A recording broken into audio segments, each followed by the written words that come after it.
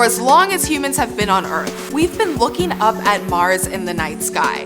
Since then, we've studied the red planet with telescopes and satellites. We've driven vehicles on its surface. We've even detected possible signs of ancient life on the planet. And now, some scientists say we'll eventually live on Mars. But what would a day on the red planet look like? Hey everyone, Jacqueline Howard here. If we took a trip to Mars, what would it be like once we land and settle there? That's not a far-fetched thought. The Planetary Society, a nonprofit organization here in the US, claims that it'll be pretty easy for NASA to send astronauts to Mars by 2039. The European Space Agency and Russia have been mulling over plans for a manned mission to Mars. And there's even a private effort called Mars One to set up a human colony on the red planet by 2027. But what would it really be like to live on Mars? Wilder than you might imagine. Here are 5 freaky facts about living a Martian life that will leave you at a loss for words. You could jump as high as a kangaroo and lift heavy things you'd never have a chance of picking up on Earth. And that's because there's not as much gravity weighing you down on Mars as there is on Earth. The gravity on Mars is only about 38% of that on Earth. So that means that you and everything else around you would weigh about 1/3 of your Earth weight.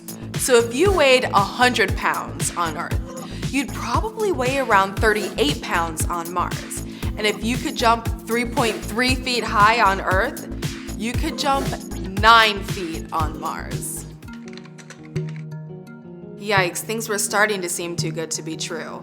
NASA scientists just recently discovered that space flights lasting longer than 6 months can cause eye problems in astronauts, like blurry vision. And a trip to Mars would take about 5 to 10 months, depending on the speed of your launch and the alignment of Earth and Mars, of course. So some doctors worry that a trip to the red planet could have negative effects on your vision. Researchers still aren't quite sure what causes these vision problems, but some scientists pose that reduced gravity during spaceflight can cause fluids in your upper body to move across cell membranes and blood vessels differently than they would on Earth. And that's what could impact your eye structure and weaken your vision. Because living on the surface would be treacherous. Mars barely has an atmosphere, which leaves us vulnerable to the sun's ultraviolet radiation beaming down on the planet. Whereas on Earth, we have an ozone layer that acts as a natural SPF to protect us from the sun's radiation and space radiation. Whereas Mars doesn't seem to have a magnetic field. In fact, some scientists say that the planet ceased to create a magnetic field around 4 billion years ago. And that's not all. The little atmosphere on Mars, which is 95% carbon dioxide, allows for winds to whip up powerful dust storms. And the planet experiences conditions that are inhospitable and super chilly temperatures.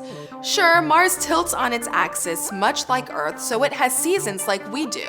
But the global average on Mars is -80 degrees Fahrenheit. Brrr.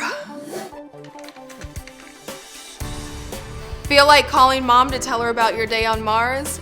Forget about it. The radio communications would experience a 4 to 20 minute delay, which depends on the distance Mars is from Earth as the planets orbit the sun. Mars and Earth orbit the sun at different speeds, which is why a year on Earth is 365 days, but a year on Mars is 687 days. So the closest possible distance between Earth and Mars along their orbits would be 34 million miles, but the farthest apart they could get would be 250 million miles.